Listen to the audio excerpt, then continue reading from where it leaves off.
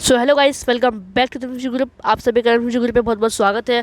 दोस्तों, आज की इस वीडियो में बात करने वाले हैं आईबीपीएस आरआरबी में जो क्लर्क का वैकेंसी निकला था उसके बारे में बात करने वाले हैं। इसका ऑफिशियल नोटिफिकेशन निकल गया है, इसका शॉर्ट नोटिस भी निकला हुआ है और डिटेल नोटिफिकेशन भी निकला हुआ है। मैं अभी डिटेल नोटिफिकेशन में हूँ। शॉर्ट नोटिफिकेशन तो कब का निकल गया था वो तो आपको पता ही होगा, ठीक है। तो कोई इसके यहाँ पर जो है ऑफिशियल वेबसाइट का लिंक दिया हुआ है, ठीक है। और आपको कंप्लेंट करना है कुछ, ठीक है ना, इनके सब क्वेरी, तो आप इस वेबसाइट पे आकर कर सकते हैं, ठीक है।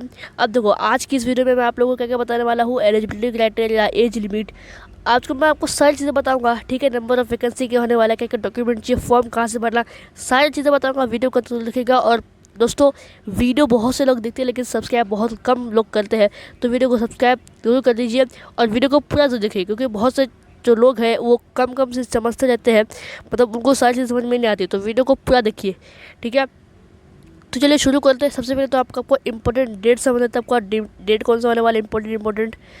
देखो, सबसे पहले अगर आपको रजिस्ट्रेशन नहीं करे अभी तक, तो पहले आपको रजिस्ट्रेशन करना पड़ेगा। इसका डेट 7 तारीख से लेकर के 27 तारीख तक है, 7 जून से लेकर के 27 जून तक है, ठीक है। ये डेट है। और अगर आपने पेमेंट नहीं किया तो पेमेंट कर सकते हैं आप लोग, वही डेट है 7 तारीख से लेकर 27 तक।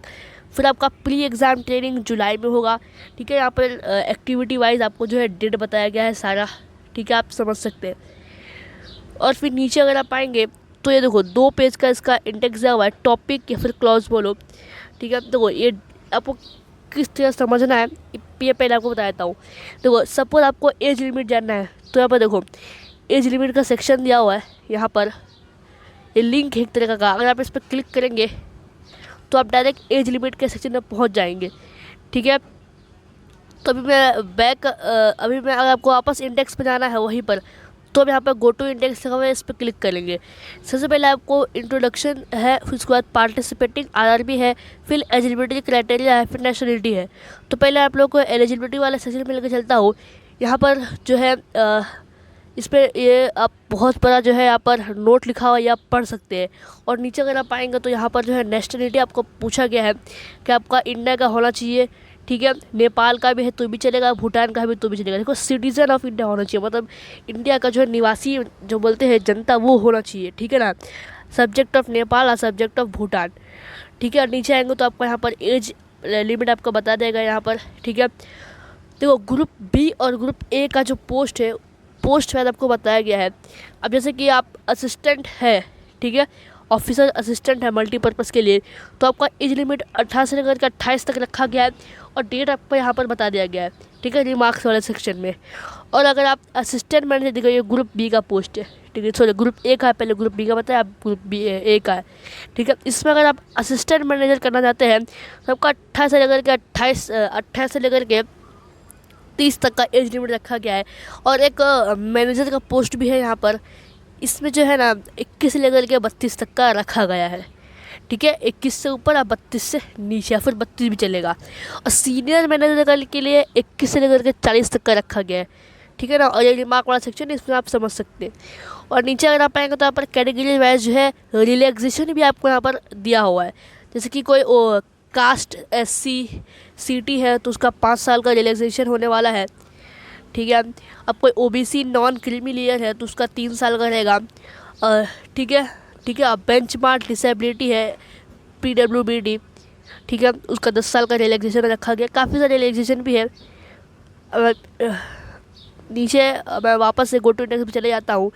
अब देखो, हमने एज लिमिट यहाँ पर समझ लिया है। अब नीचे अगर आप देखेंगे तो यहाँ पर जो है आपको एजुकेशन, क्वालिफिकेशन एंड एक्सपीरियंस के बारे में बताया गया, ये समझना बहुत ज़रूरी है।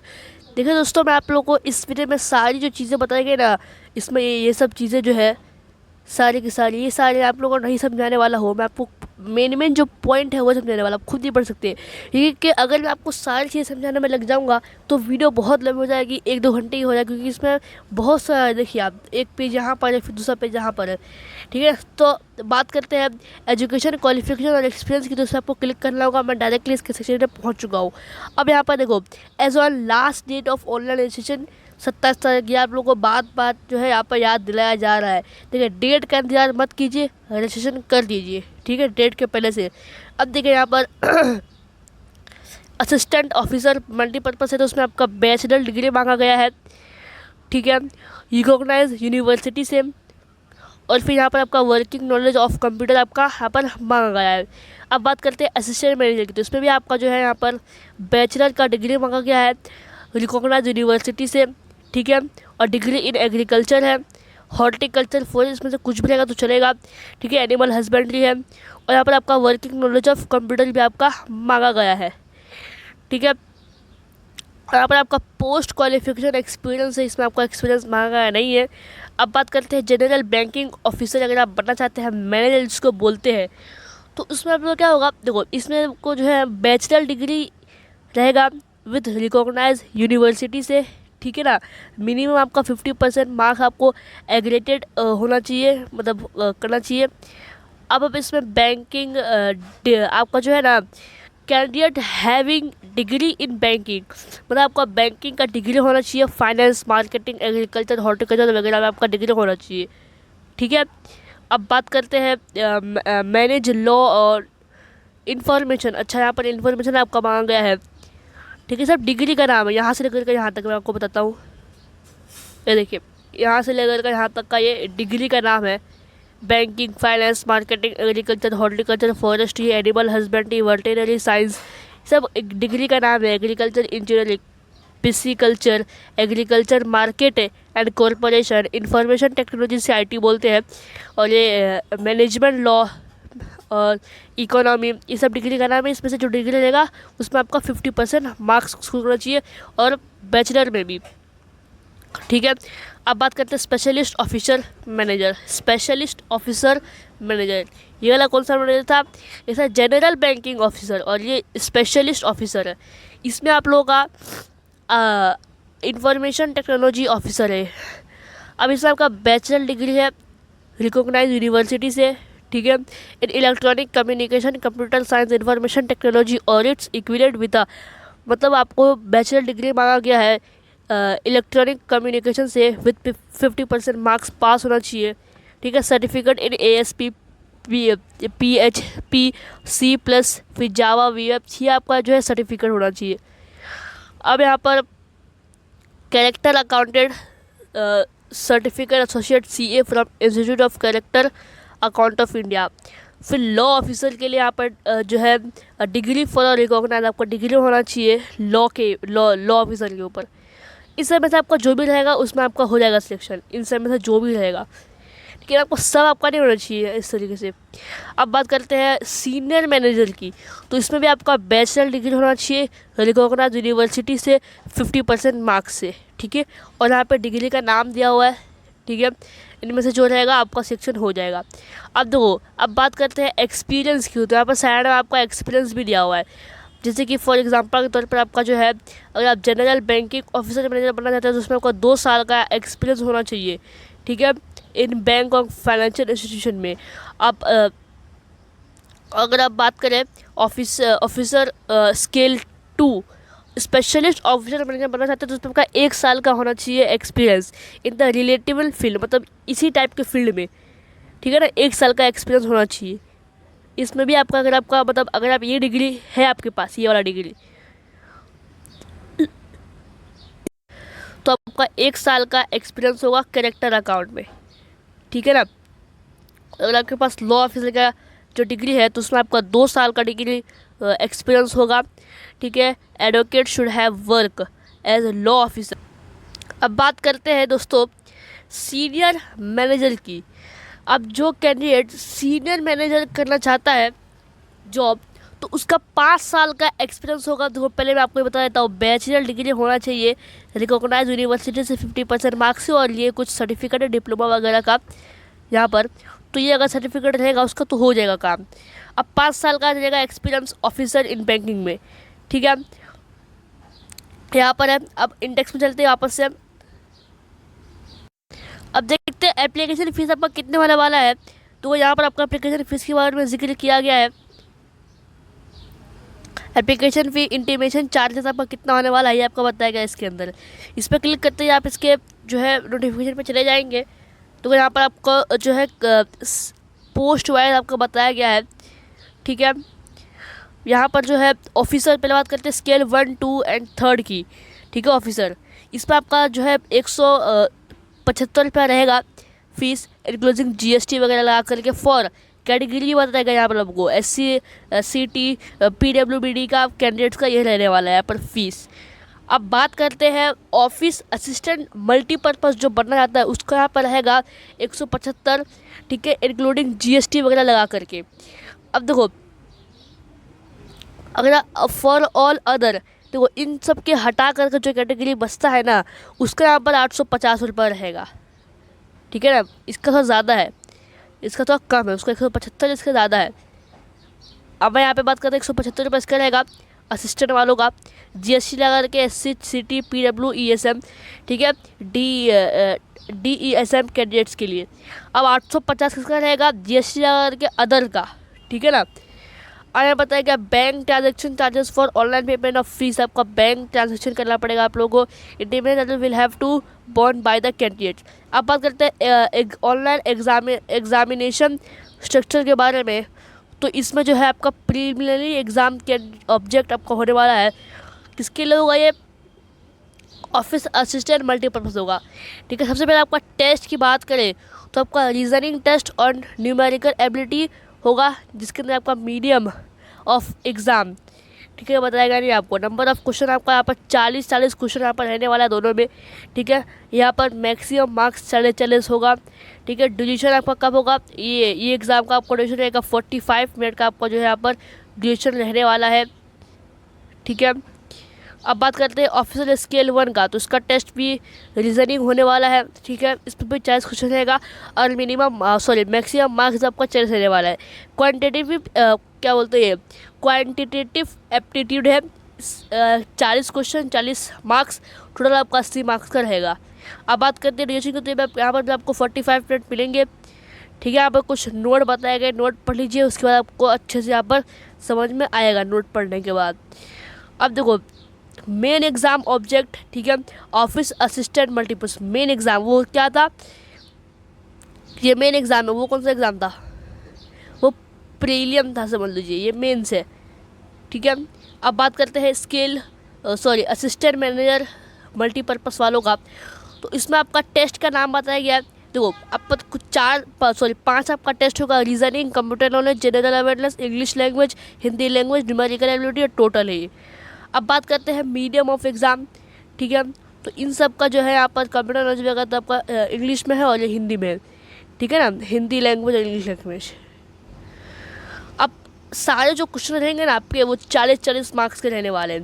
और मार्क्स आपका कितना रहेगा, तो रीजनिंग वालों का जो मार्क्स है वो रहेगा 50 मार्क्स रहेगा, कंप्यूटर नॉलेज आपका 20 मार्क्स का रहने वाला है, जनरल अवेयरनेस आपका 40 मार्क्स का रहने वाला है, इंग्लिश लैंग्वेज आपका 40 मार्क्स का, हिंदी भी 40 मार्क्स का, और न्यूमेरिकल एबिलिटी आपका 50 मार्क्स का। टोटल हो गए 200, ठीक है ना। क्वेश्चन भी आपको 200 है, मार्क्स आपको 200, यानी कि एक क्वेश्चन समझ लीजिए आपका 1 मार्क्स का रह सकता है।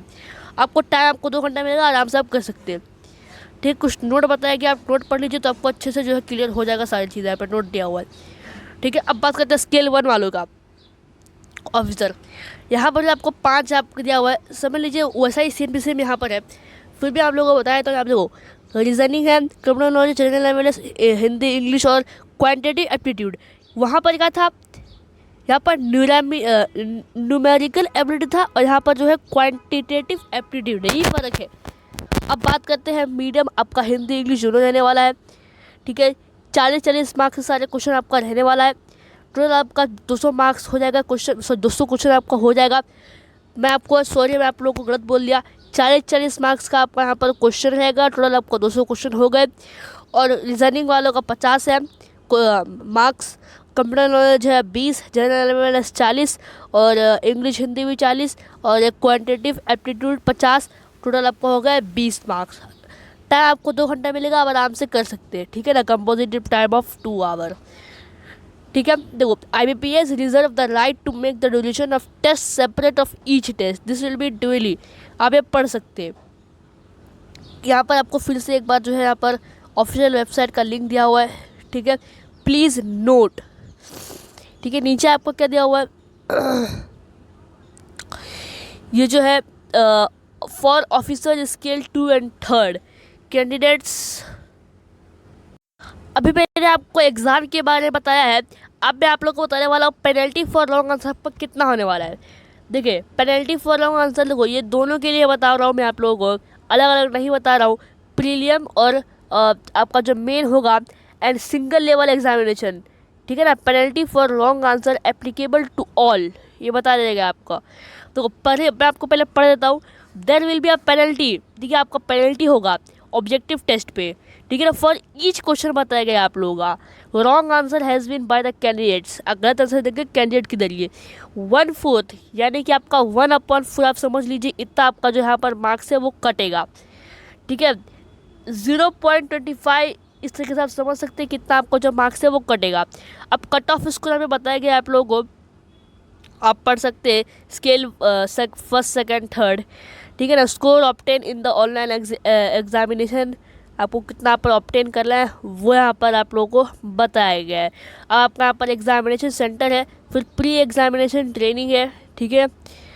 ये आपका कहाँ का ट्रेनिंग हो सकता है ये आपका बताया गया है, जहाँ क्या पढ़ेंगे। अब देखिए, यहाँ पर आपको बताया गया हाउ टू अप्लाई, आप अप्लाई कैसे करेंगे ये आपका यहाँ पर स्टेप बाय स्टेप आपको बताया गया, पढ़ सकते हैं। आपको फिर भी पढ़ के बता देता हूँ। ए कैंडिडेट का apply for the post assistant, candidate apply कर सकते हैं असिस्टेंट पोस्ट के लिए, ठीक है। पोस्ट ऑफ द ऑफिसर, ठीक है, स्केल 1 to 3, ठीक है। आपको अगर सब में अप्लाई करना तो आपको सेपरेटली फ़ीस भरना पड़ेगा। Candidate have to apply separately and pay fees, क्या बताया गया आपको। Intimidation charges separately for each post, अगर आप बहुत सारे पोस्ट भरते हैं आपको ईच पोस्ट पे आपको जो है यहाँ पर फीस भरना पड़ेगा। अब कैंडिडेट का अप्लाई ऑनलाइन ओनली, ऑनलाइन ही यहाँ पर है, ऑफलाइन आपका यहाँ पर कहीं भी अप्लाई नहीं कर सकते आप लोग, ठीक है। No other mode of application will be accepted, आपका अदर जो ऑनलाइन आप अलग से करेंगे तो आपका नहीं होगा वो। कैंडिडेट का अप्लाई ऑनलाइन डेट फ्रॉम, ठीक है। आपको ऑनलाइन डेट आपको 7 जून 2024 से लेकर के 27 जून 2024 तक आप अप्लाई कर सकते हैं। No other mode of application will be accepted, fees आपका में बताया गया, ठीक है। अब एप्लीकेशन फ़ीस की बात करते हैं तो इंटीमिडेशन चार्जेस, एप्लीकेशन फ़ीस में उस समय आपको बताया था कितना आपको होने वाला है, ठीक है। अब बात करते हैं फोटोग्राफ। देखो, यहाँ पर candidates are required to upload their, आपको क्या क्या अपलोड करना है, आपको फोटोग्राफ अपलोड करना पड़ेगा जब आप फॉर्म भरेंगे। तो signature, left thumb, impression, hand written declaration, ठीक है। Certificate as mention in clause JX for eligible candidates will also required to capture, यहाँ आप पढ़ सकते हैं, ठीक है। अब वापस से मैं इंडेक्स में आ जाता हूँ, यहाँ पर गो टू इंडेक्स। यहाँ पर आपका इंटरव्यू होगा, इंटरव्यू में देख लेते हैं आपका इंटरव्यू कैसे होने वाला है। एप्लीकेबल फॉर, देखो interview applicable only for post of officer scale 1 to 3, ठीक है। आपका इंटरव्यू होगा, मैं पहले पढ़ लेता हूँ। Candidates who have been shortlist in the main exam, देखो पहले जो है ना आपको शॉर्टलिस्ट किया जाएगा मेन एग्जाम में, ठीक है। For the post of officer scale 1 के लिए in the single level exam for the post of officer scale 2 third under the CRP RRB और will subsequently be called for an interview, ठीक है। आपका exam होगा, शॉर्टलिस्ट कराएगा, उसके बाद आपको इंटरव्यू के लिए बुलाया जाएगा। To be coordinated by the nodal regional rural bank with the assistant of NA बार्ड इन IBPS इन कंसल्ट, आपका होगा यहाँ पर अथॉरिटी के ज़रिए। अब आपको टाइम और जगह वगैरह बताया गया है, ठीक है। Please note that any request regarding change in date interview will not be entertained. अब बात करते हैं आपको मार्क्स कितने ऑब्टेन कर ले। देखिए, टोटल मार्क्स जो है आपका इंटरव्यू का 100% रहने वाला है, जिसमें से आपको जो है ना 40 से नीचे नहीं लाना है, ठीक है ना। देखो 35 तक आप ला सकते हैं, लेकिन आपको करेक्ट कैटेगरी होना चाहिए SC CT OBC पर PWBD कैंडिडेट्स, ठीक है ना। The relative weightage ratio of online examination enter will be 8 respectively for the official cadet, आपका रेशियो बताया गया वेटेज, ठीक है। तो इस तरीके से आपको मैंने आपको मार्क्स भी बता दिया, पूरा जो है आप पढ़ भी सकते खुद से, अगर खुद से पढ़ेगा तो खुद से भी आपको जो है यहाँ पर समझ में आ जाएगा। अब चलते हैं आपस से इंडेक्स में आपको मेन पॉइंट्स बना, क्योंकि ताकि वीडियो ज़्यादा लंबी ना हो। अब बात करते हैं प्रोविजनल एलिमेंट। देखो आइडेंटिफिकेशन वेरिफिकेशन का बताया गया है। हाउ टू अप्लाई आपको बताया जाएगा, जनरल इंस्ट्रक्शन बताया गया है, फिर कॉल लेटर है, अनाउंसमेंट वगैरह बताया गया, एग्जामिनेशन सेंटर आपको बता दिया गया है। ठीक है, बहुत सारी चीज़ें बताया। Click here to apply. देखो अगर यहाँ पे क्लिक करते हो तो आपको अप्लाई कैसे करना है वो बताया गया आपको। Click here to apply multipurpose. देखो दो आपका रहने वाला है जॉब, एक है ऑफिसर वगैरह का, सॉरी ऑफिसर असिस्टेंट, और एक होने वाला है आप लोगों का स्केल 1-2 ऑफिसर। ठीक है ना, मैं आपको बता देता हूँ कैसे करना है। देखो आप इस पर अगर आप क्लिक करेंगे, लोडिंग होगा। तो गाइस यहाँ पर जो है ना मेरा फ़ोन में भी टेक्निकल इशू आ रहा है, इसलिए आप लोगों को बता नहीं सकता। अगर आप कमेंट करेंगे तो मैं जो है ना आप लोगों को बताऊंगा कि आपको अप्लाई कैसे करना दोनों फॉर्म के लिए। मेरे फ़ोन में भी टेक्निकल इशू आ रहा है, मैं आप लोगों को दूसरे जो है डिवाइस के ज़रिए आपको बताने की कोशिश करूँगा। अगर आप कमेंट करेंगे तो दोनों बताऊँगा मैं। तो इसमें काफ़ी सारी चीज़ें अगर आपको पूरा जो है यहाँ पर चाहिए आपको डिटेल इसके ऊपर, तो आप लोगों को पार्ट 2 बना करके एक डिटेल नोटिफिकेशन को एक्सप्लेन करने की कोशिश करूँगा। ठीक है, तो मिलते हैं किसी नेक्स्ट इन्फॉर्मेटिव। देखो इस वीडियो को जो ज़्यादा शेयर करिए ताकि बहुत से लोगों को मालूम पड़े, क्योंकि ये जो है अभी चलता चल रहा है ये जो आपको नोटिफिकेशन आया है। देखो एक शॉर्ट नोटिफिकेशन भी आया है, वो अगर आप वो भी आप पढ़ सकते हैं। ठीक है, ये डिटेल नोटिफिकेशन है, पहले शॉर्ट नोटिफिकेशन ही आया था। देखो एक चीज़ आप लोग को दोबारा बताना चाहता हूँ, आप इम्पोर्टेंट जो डेट है ना वो आप याद रखें। यहाँ पर इम्पोर्टेंट डेट क्या होगा, आप रजिस्ट्रेशन 7-27 तक कर सकते हैं और आप पेमेंट भी 7-27 तक कर सकते हैं। तो आपका एग्ज़ाम ट्रेनिंग वगैरह जो है वो जुलाई में होगा, इसका रिज़ल्ट अगस्त जुलाई में आपका आ सकता है। ठीक है, ये चीज़ आप याद रखिए। बाकी अगर आपको इस जो जॉब है उसके बारे में कोई भी क्वेरी है तो आप जो है हमसे डायरेक्ट कांटेक्ट कर सकते हैं। कैसे कर सकते हैं, ज्वाइन करके। हमारा चैनल पर ज्वाइन का ऑप्शन है, वहाँ से अगर आप ज्वाइन करेंगे तो आपको ओनली 15 पे जाएगा। आप पेमेंट करेंगे तो आप डायरेक्ट कनेक्ट हो जाएंगे, हम आपसे डायरेक्ट बात करेंगे। ठीक है, आपको जो भी क्वेरी लगेगा वहाँ से हम लोग बताएंगे। वैसे अगर आप कमेंट करेंगे तो भी हम आपके कमेंट को पढ़ेंगे, लेकिन कमेंट बहुत से लोग करते हैं इसलिए कमेंट सही से पढ़ नहीं पाते। अगर आप डायरेक्ट कॉन्टैक्ट करना चाहते हैं तो आप ज्वाइन कर सकते हो हमारे चैनल को। ठीक है, और आपने सब्सक्राइब कर लीजिए और ज़्यादा शेयर करिए, लाइक करिए। तो मिलता है किसी नेक्स्ट इन्फॉर्मेटिव वीडियो के ऊपर, तब तक के लिए गुड बाय।